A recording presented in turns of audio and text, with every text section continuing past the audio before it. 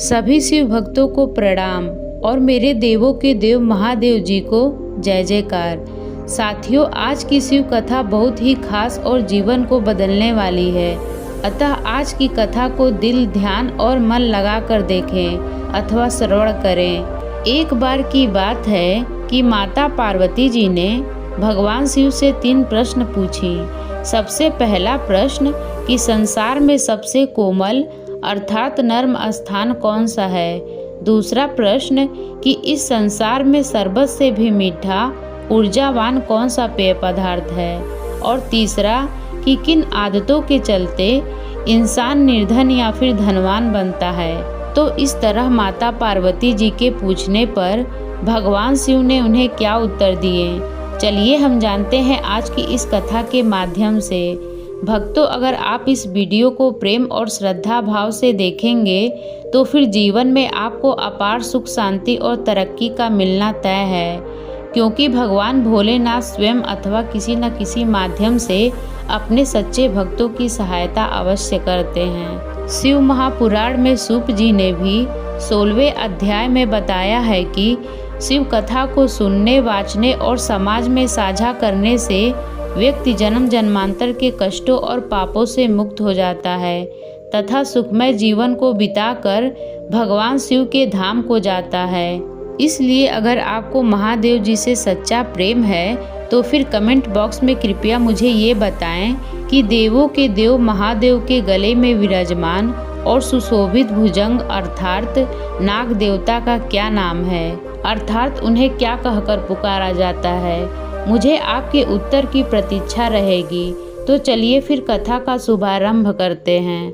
एक बार माता पार्वती और महादेव मृत्यु लोक पर भ्रमण को आए। नंदी पर सवार भगवान शिव और माता पार्वती का वह स्वरूप मेरे वाणी और शब्दों से एकदम परे है। पृथ्वी का अवलोकन करने के बाद और धरती की दशा और काल की गति को देखने के बाद वो वापिस कैलाश पर लौट गए। कैलाश पहुँचने पर माता पार्वती ने महादेव से कहा कि प्राणनाथ, मेरे हृदय में 3 प्रश्न उत्पन्न हुए हैं, कृपया आप उनका निवारण करें। जिस पर भगवान भोलेनाथ ने कहा कि हे प्रिय पार्वती, पूछिए वह ऐसे कौन से 3 प्रश्न हैं जो आपको व्याकुल किए जा रहे हैं। जिस पर माता पार्वती ने कहा कि भगवान, भक्ति का अवलोकन करते हुए मुझे ये ज्ञात हुआ कि मनुष्य अपने आचरण को धर्म और शास्त्रों के अनुसार नहीं कर रहा है, यानी वो प्रतिकूल व्यवहार कर रहा है। विशेषकर मानव अपने माता पिता और बड़े बूढ़ों के साथ अच्छे से व्यवहार नहीं करता है, अर्थात उनका रवैया अपने माता पिता के लिए ठीक नहीं दिखाई पड़ता। कुछ लोग तो ऐसे हैं जो अपने माता पिता की जैसे तैसे सेवा करने में व्यस्त हैं, और बहुत तो ऐसे हैं जो उनको बहुत दुखी कर रहे हैं, और कुछ तो ऐसे भी हैं जो उनकी सेवा करना तो दूर, उन्हें यथोचित सम्मान तक नहीं देते। इसके अलावा धरती पर ऐसे भी अनेकों मनुष्य हैं जो सुखी, संपन्न और खुशहाल हैं, जबकि कुछ लोग ऐसे भी हैं जो पूर्णतः दुखी और बेहाल हैं। इसीलिए भगवान, मेरी ये 3 प्रश्न है जिनका उत्तर मैं खोज रही हूँ। आपसे विनती है कि कृपया करके आप मेरी समस्या का निदान करें। इतना कहकर माता पार्वती ने 3 प्रश्न को पुनः भगवान शिव के सामने दोहराया। सबसे पहला कि संसार में सबसे कोमल अर्थात नरम चीज क्या है। दूसरा, शरबत से भी मीठा और ऊर्जावान कौन सा पेय पदार्थ है। और तीसरा कि किन कारणों के चलते इंसान निर्धन या फिर धनवान बनता है। जिस पर महादेव ने कहा कि हे देवी, मैं आपको इन तीनों प्रश्नों का उत्तर अवश्य दूंगा, किंतु कृपया करके आप सो मत जाइएगा और निद्रा को धारण मत कीजिएगा। जिस पर माता पार्वती ने कहा कि हे नाथ, आप कथा को कहिए, मैं आपको वचन देती हूँ कि मैं मन और ध्यान को लगाकर आपकी कथा का श्रवण करूँगी। जिस पर भोलेनाथ ने कथा को कहना आरंभ किया। अतः आगे बढ़ने से पहले मैं सभी भक्तजनों से एक विनती करूँगी। अगर आपको मेरी वाणी और कथा में अविश्वास हो अथवा आपको अनिच्छा हो तो कृपया आप इस कथा को मत सुनना। आप चाहें तो इस वीडियो को बंद कर सकते हैं। अगर आपको लगता है कि ये बात अच्छी है, मेरी वाणी ठीक है, तो आगे सब मैं भगवान शिव पर छोड़ती हूँ।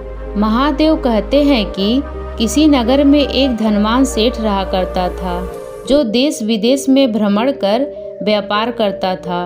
उसके यहाँ 3 पुत्रियाँ थीं, जो अति सुंदर और गुणवान थीं। देखने में वह तीनों राजकुमारियों के समान दिखाई पड़ती थी। तो इस तरह सेठ का जीवन बहुत ही सुख शांति और आनंद पूर्णता के साथ बीत रहा था। एक दिन सेठ को व्यापार हेतु विदेश जाना पड़ता है।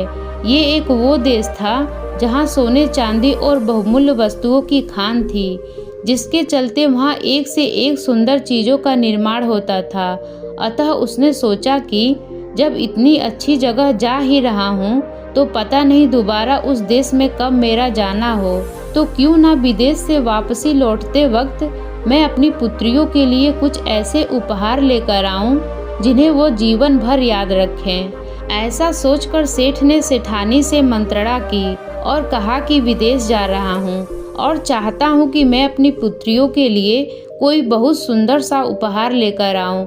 जिस पर सेठानी ने कहा कि सेठ जी, अब हमारी पुत्रियाँ बड़ी हो चुकी हैं, उनकी सोच विचार और इच्छाएं बदलने लगी हैं, तो कितना अच्छा हो आप सब बेटियों से जाकर पूछें कि उन्हें किस चीज़ की आवश्यकता है तथा उनकी इच्छा अनुसार ही उन्हें उपहार ला कर दें। जिस पर सेठ ने बड़ी बेटी को बुलावा भेजा और उनके आने पर उनसे प्रश्न किया कि हे पुत्री, आप मुझसे कितना प्रेम करती हैं। जिस पर बड़ी बेटी ने कहा, पिताजी, मैं तो आपको अपने प्राणों से भी अधिक प्रेम करती हूँ। जिसे सुनकर सेठ बहुत प्रसन्न हुआ और बोला, पुत्री, मैं कल व्यापार हेतु एक अनोखे देश को जा रहा हूँ, जहाँ से मैं तुम्हारे लिए कोई विशेष उपहार लाना चाहता हूँ। अगर तुम्हारी कोई पसंद अथवा ज़रूरत हो तो बिल्कुल निर्भय होकर मुझे बताओ, मैं उसे पूरा करने की चेष्टा करूँगा। जिस पर पुत्री ने कहा, पिताजी, आप एक बार वहाँ से मेरे लिए स्वर्ण और मोतियों से जड़ा एक दर्पण लेकर आइएगा। जिस पर सेठ ने पुत्री को उपहार लाने का वचन दिया और कहा कि कृपया आप मंझली बेटी को मेरे पास भेज दें। मंझली पुत्री से भी सेठ ने वही प्रश्न किया कि बेटी, आप मुझसे कितना प्रेम करती हो। जिस पर मंझली बेटी ने कहा, मैं तो आपको दुनिया में भगवान से भी अधिक प्रेम करती हूँ।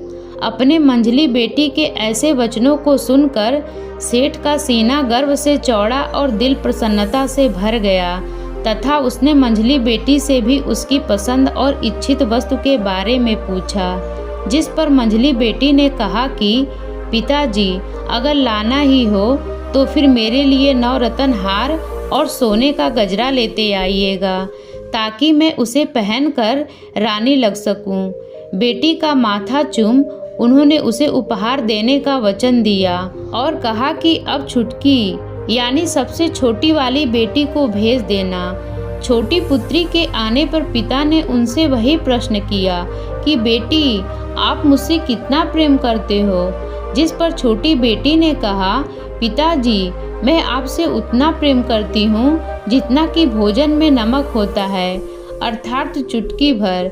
अपनी पुत्री की ऐसे वचन सुनकर और अपने स्वयं की नमक से तुलना देखकर सेठ का मन बहुत दुखी हुआ और वो क्रोधित हो उठा और अपने बेटी पर बिखरते हुए बोला कि मुझे तो तुम्हें विदेश से कोई उपहार ला कर देना था, परंतु तुमने अपने वाणी से सब कुछ गुड़गोबर कर दिया। तुम्हें अपनी बड़ी और मझली बहन से बहुत कुछ सीखने की आवश्यकता है, क्योंकि बड़की ने जहाँ मुझे अपने प्राणों से अधिक कहा तो मझली ने मेरी तुलना भगवान से भी ज़्यादा की। वे कहती है कि पिताजी, मैं आपको भगवान से भी ज़्यादा प्रेम करती हूँ, इसीलिए तुम मेरी नज़रों से दूर हो जाओ और तुम जा सकती हो। जाओ, अपने दोनों बड़ी बहनों से कुछ सीखो और गुणवान बनो, ताकि तुम्हारा विवाह होने पर हमारी नाक और इज्जत हमेशा बची रहे। छोटी बेटी ने पिता के आगे शीश नवाया और बोली, पिताजी मुझे कुछ नहीं चाहिए, मैं तो बस इतना ही चाहती हूँ कि आपकी यात्रा सुखद हो और आप ढेरों धन कमाकर सकुशल वापस घर लौटें। क्रोध और अज्ञानता से भरे सेठ ने कुछ भी नहीं सोचा और विदेश चला गया। वापस आने पर उसने बड़ी लड़की को हीरे और मोती से जड़ा दर्पण और मझली लड़की को नवरत्न हार और सोने का गजरा उपहार स्वरूप दिया। उपहार काफ़ी महंगे और अनमोल थे। उनकी सुंदरता और भव्यता देखते ही बनती थी। दोनों बहनें अपना अपना उपहार पाकर प्रसन्न और बहुत खुश थीं। उनका दिल और दिमाग सातवें आसमान पर था। तो वहीं छोटी पुत्री अपने दोनों बहनों को खुश और प्रसन्न देखकर उनसे भी ज़्यादा खुश थी तथा छोटी बेटी को पिता के कटु व्यवहार और उपहार ना दिए जाने का कोई भी गम न था। वह हमेशा की तरह घर के कार्य और भगवान महादेव की भक्ति में मगन थी।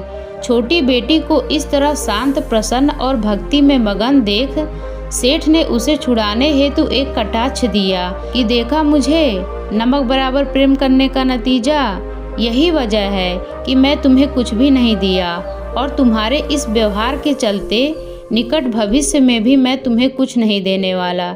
जिस पर छोटी पुत्री ने विनम्र भाव से कहा, पिताजी जैसा आपको उचित लगे आप वही कार्य करिएगा। मेरे लिए तो आपका सकुशल वापस लौटाना और बड़ी बहनों को वांछित उपहार देना ही पर्याप्त है। इस तरह समय बीतता गया और तीनों बेटियां बड़ी होने लगी। एक दिन एक सुंदर, सजीला और लंबा चौड़ा नौजवान जो उस राज्य का राजपुत्र था, राजकुमार था, वह नगर में भ्रमण हेतु आया। गर्मी की इस भरी दोपहरी में उसे बहुत तेज प्यास लगी तो वह सेठ के घर जा पहुंचा और उसने सेठ से जल की मांग करी, जिस पर सेठ ने उसे जलपान और उचित सम्मान देते हुए उसका यथोचित सत्कार किया। उस वक्त सेठ की तीनों पुत्रियां वहीं आसपास ही थीं, जिनकी चंचलता, क्रियाकलापों और व्यवहार को वह राजपुत्र काफ़ी देर से गौर करके देख रहा था। जाने से पहले उसने सेठ से कहा कि हे दयालु नगर सेठ, मेरे पिताजी अर्थात राजा साहब मेरे विवाह हेतु सुयोग्य कन्या को ढूंढ रहे हैं, परंतु जितना मैं देख पा रहा हूँ मुझे आपकी सबसे छोटी पुत्री मन को भा गई है। उसकी सुंदरता और व्यवहार कुशलता से मैं बहुत प्रभावित हुआ हूँ। मैं चाहता हूँ कि आप अपनी छोटी पुत्री का विवाह मेरे संग करके राजा साहब के समधी बने।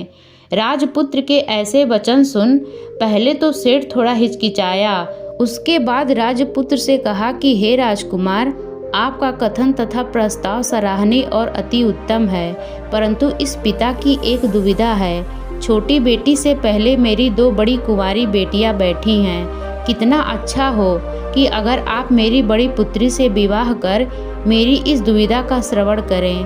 राजकुमार भी सेठ के इशारे और दुविधा को समझ चुका था, जिस पर उसने कहा कि इसके लिए तो मुझे पिता यानी राजा साहब से बात करनी होगी। अगर उन्हें आपकी बड़ी पुत्री सुयोग्य लगेगी तो वह इस रिश्ते के लिए हाँ कह सकते हैं और इस कार्य के लिए आपको अपनी बड़ी पुत्री को मेरे संग महल में भेजना होगा। अगर बात बनती है तो फिर मुझे कोई आपत्ति नहीं है, और नहीं तो मैं सकुशल आपकी पुत्री को स्वयं आकर वापस आपके पास छोड़ जाऊंगा, ऐसा वादा है मेरा।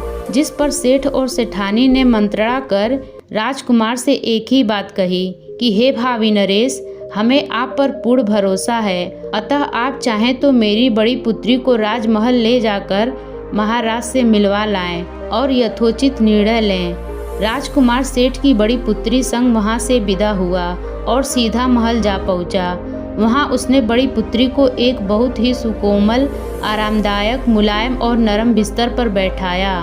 उसके बाद दासियों ने उसकी खूब सेवा और आवभगत की तथा कुछ विशेष फलों और मेवों से बना मीठा और स्वादिष्ट शरबत पीने को दिया। सेवा सत्कार के बाद राजकुमार भी वहां आ पहुंचा। उसने बड़ी बेटी से दो प्रश्न किए।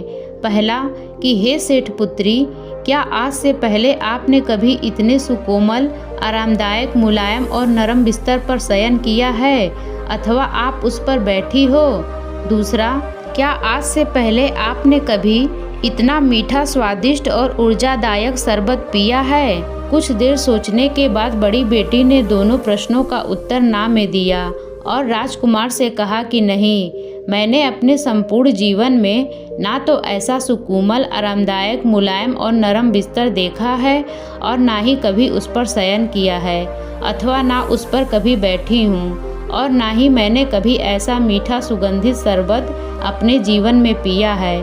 जिसे सुनकर राजकुमार ने उससे कहा कि हे देवी, आप परीक्षा में विफल हुई, अतः अब आप हमारी पत्नी और इस राज्य की बहू नहीं बन सकती। तो अब वादे के अनुसार मैं आपको आपके पिता के यहाँ छोड़कर आता हूँ। सेठ के घर पहुंचकर राजकुमार बाइज्जत सेठ की पुत्री को सेठ जी को वापस सौंप दिया, जिस पर सेठ ने मझली पुत्री को ले जाकर राजा साहब से मिलवाने का प्रस्ताव रखा। सेठ के अनुग्रह करने पर राजकुमार ने मझली लड़की को लेकर महल में पहुंचा तथा उसके साथ भी वही सब कुछ दोहराया जैसा उसने बड़ी बेटी के साथ किया, जिस पर मझली का भी वही उत्तर था कि ना तो कभी उसने इतने नरम बिस्तर का कभी कोई अनुभव किया है और ना ही उसने कभी ऐसा मीठा लाजवाब शरबत पिया है। तब राजकुमार ने उसे भी यही कहा कि हे देवी, आप भी इस परीक्षा में विफल हुई। अब आप हमारी पत्नी और इस नगर की, इस राज्य की बधू नहीं बन सकती। तो चलिए, वादे के अनुसार मुझे आपको आपके पिता के पास छोड़ना होगा। सेठ के घर पहुंचकर राजकुमार ने मझली पुत्री को बाइज्जत सेठ को लौटा दिया और कहा कि हे सेठ जी, चूंकि आपकी दोनों पुत्रियां राजा साहब की परीक्षा में विफल रही हैं, तो क्या आप मुझे आपकी छोटी पुत्री को राजमहल ले जाने की आज्ञा है, क्योंकि अब नियमानुसार इन्हें भी उन्हीं परीक्षा को देना होगा जो आपकी दोनों पुत्रियों ने दी है। सेठ ने नाक मुंह सिकुड़ाते हुए बेमन से अपनी छोटी पुत्री को राजकुमार के साथ भेज दिया ताकि उसे योग्य एवं अयोग्य घोषित किया जा सके।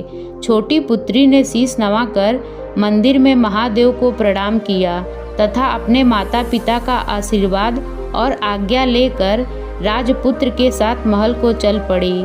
महल पहुंचकर राजकुमार ने विधि अनुसार छोटी पुत्री को भी सुकोमल, आरामदेह, मुलायम और नरम बिस्तर पर बिठाया और दासियों ने उसे सुगंधित, अत्यंत मीठा रस से भरपूर ऊर्जादायक शरबत पेश किया। और जैसे ही राजकुमारी ने शरबत पिया, राजकुमार भी उसके पास आ पहुंचा और छोटी पुत्री से उसने अपना पहला प्रश्न किया कि हे सेठ पुत्री, क्या आज से पहले कभी आपने इतने सुकोमल, आरामदायक, मुलायम और नरम बिस्तर का अनुभव किया है अथवा आपने उस पर शयन किया है? जिस पर छोटी बेटी ने तुरंत हाँ में सिर हिला दिया, जिसे देखकर राजकुमार अचंभित और दूर खड़े राजा साहब सकते में थे कि ऐसा कैसे संभव हो सकता है। इसके बाद राजकुमार ने अपना दूसरा प्रश्न किया कि क्या आपने आज से पहले कभी इतना सुगंधित, मीठा, ऊर्जादायक शरबत अथवा कोई पेय पदार्थ पिया है? जिस पर छोटी पुत्री ने बड़ी दृढ़ता और विश्वास से कहा, महाराज, एक बार नहीं, बारंबार और प्रतिदिन पिया है। जिसे सुनकर राजकुमार और राजा साहब दोनों हैरत में थे। अतः उन्होंने कहा कि हे सेठ पुत्री, कृपया विस्तार पूर्ण बताएं कि आपने खुद को अनुभव कहाँ और कैसे प्राप्त किए। जिस पर छोटी बेटी ने कहा कि इस बिस्तर से कहीं नरम और मुलायम और सुरक्षित मेरी माताजी का गोद है, जिसमें मैंने बालकाल से ही शयन और क्रीड़ा की है। क्रीड़ा अर्थात खेलना, जैसा कि भक्तों आपने और मैंने और सबने अपने माँ और पिता की गोदी में ढेरों मस्करियाँ की होंगी, क्योंकि माँ की ही ऐसी गोद है जो संसार में सबसे मुलायम और मजबूत होती है। वह 1000 गुना नरम, सुकोमल और अपने बच्चों को विभिन्न तरह के खतरों से सुरक्षित रखती है।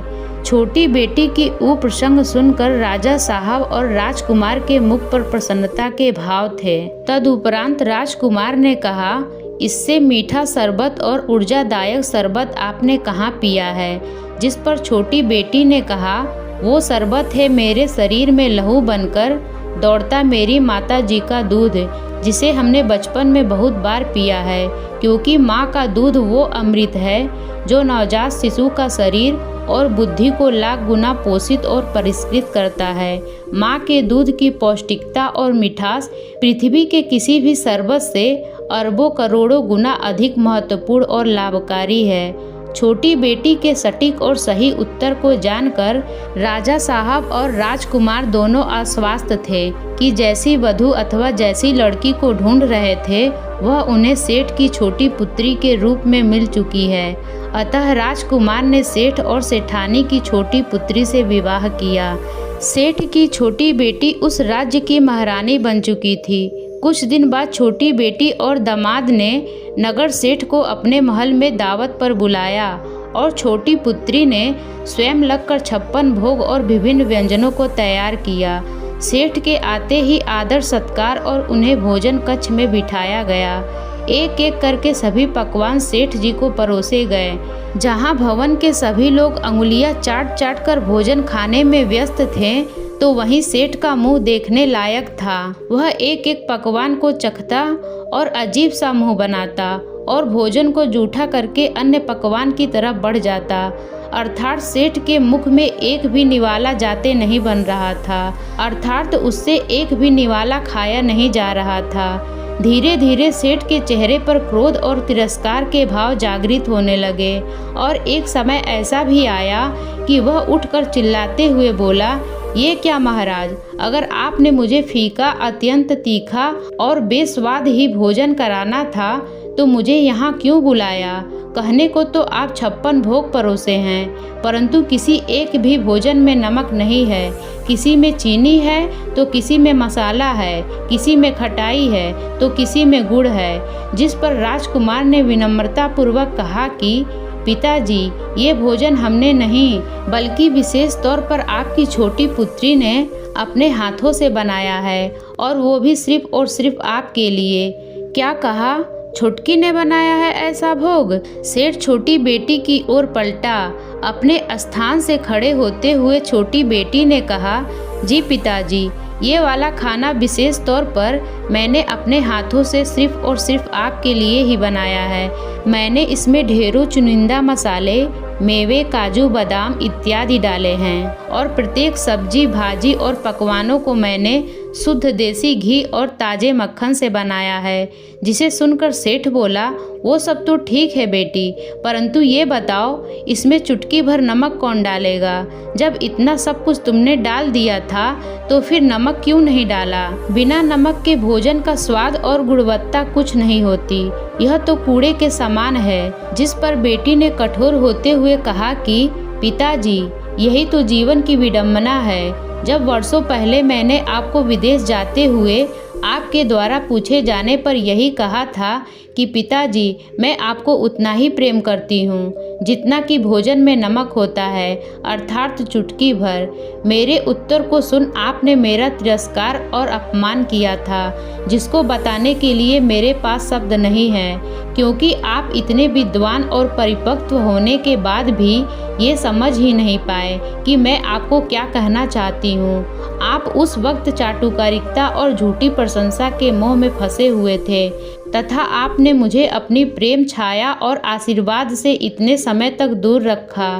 तब भी मैं आपसे यही कहना चाहती थी कि आप हमारे लिए उस चुटकी भर नमक के समान हैं, जिसकी अनुपस्थिति से घी, तेल और मेवे इत्यादि सब के सब फीके लगते हैं। अर्थात बिना पिता के बच्चों का संपूर्ण जीवन दुष्कर और कठिन होता है। अपनी छोटी बेटी की ऐसी वचन और बुद्धिमत्तापूर्ण बातों को सुनकर सेठ की आंखों से टप टप आंसू बहने लगे।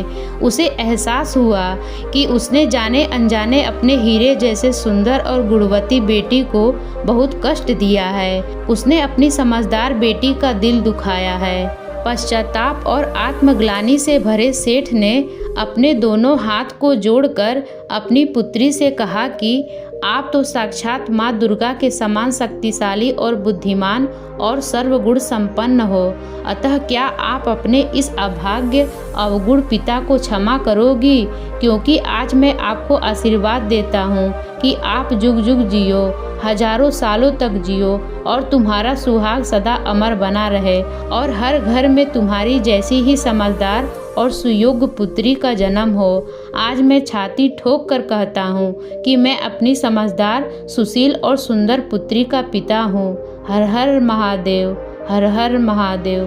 भगवान शिव की ऐसी ज्ञानवर्धक और मार्मिक कथा को सुनकर माता पार्वती के आंखों में भी खुशी और भावुकता के अश्रु छलक पड़े थे।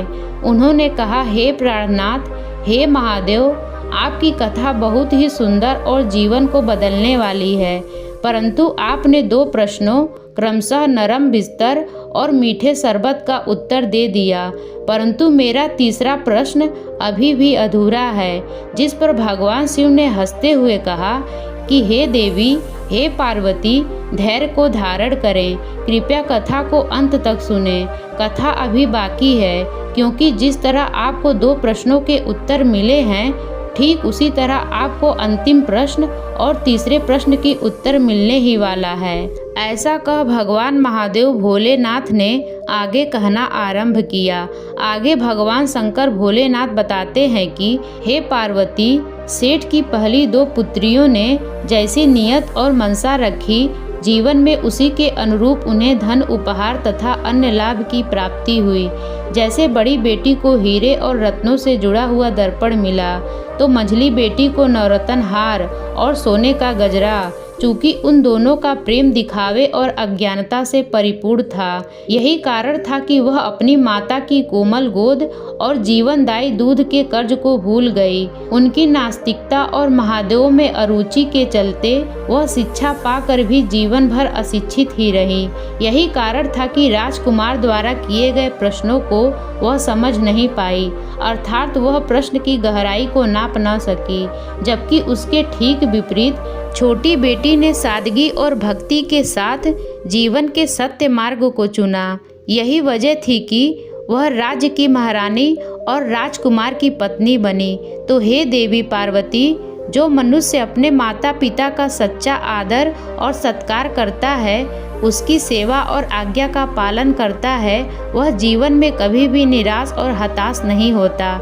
ऐसे बच्चों के समस्त कार्य देव की कृपा से संपूर्ण होते हैं। वह जिस काम में भी हाथ डालते हैं, वह चमक कर सोने में बदल जाता है। और जो व्यक्ति सदैव नकारात्मक सोच और कुविचारों का अनुसरण करता है, दिन भर आवारागर्दी में बिताता है तथा अपने कीमती समय को नष्ट करता है, नशा करता है, बात बात पर झूठ बोलता है, आयु में बड़े व्यक्ति अथवा विद्वानों से हमेशा बहस करता है, धर्म के विरुद्ध आचरण करता है अथवा जीवन यापन करता है, समाज में माताओं और बहनों पर बुरी नज़र रखता है, लोगों की संपत्ति वस्तुओं को चुराता है, जुआ खेलता है तथा हर उस कार्य को करता है जो निषेध है, तो हे प्रिय, हे पार्वती, ऐसा व्यक्ति कभी भी जीवन में धनवान अथवा सुखी नहीं हो सकता। इसीलिए जीवन में सुख और शांति चाहिए हो तो फिर सेठ की छोटी पुत्री अथवा सत्य सनातन संस्कृति और धर्मानुसार ही आचरण करें, क्योंकि ऐसा करने पर आपकी कामयाबी महादेव स्वयं आकर सुनिश्चित करते हैं। अर्थात देवों के देव महादेव परमपिता परमात्मा हर पल हर क्षण हमेशा आपके साथ खड़े रहते हैं। महादेव की ऐसे वचन को सुनकर माता पार्वती ने शिव को नमन किया और बोली, हे भोलेनाथ, आपकी इस शिक्षाप्रद कहानी से आज सारा संसार लाभवंती हुआ होगा। तो भक्तों, अगर आपको आज का यह वीडियो और भगवान शंकर की ये कथा मन को भाई हो तो कृपया चैनल को सब्सक्राइब और नोटिफिकेशन बेल को ऑन अवश्य करें, ताकि आपको इसी तरह की शिक्षाप्रद और मोहक कहानियाँ और बातें चैनल के द्वारा प्राप्त होती रहें। और वीडियो को लाइक और कमेंट और शेयर अवश्य करें। मैं बस आपसे एक ही बात कहना चाहूँगी कि आपका कल्याण हो। और आप सभी लोग अभी कृपया अपनी आँखों को बंद करके भगवान शिव महादेव के इस चमत्कारी मंत्र का उच्चारण करें। ओम त्र्यंबकं यजामहे सुगंधिं पुष्टिवर्धनम् उर्वारुकमिव बन्धानान् मृत्युर्मुक्षीयमामृतात्। ओम त्र्यंबकं यजामहे सुगंधिं पुष्टिवर्धनम् उर्वारुकमिव बन्धानान् मृत्युर्मुक्षीयमामृतात्। ॐ त्र्यम्बकं यजामहे सुगन्धिं पुष्टिवर्धनम्।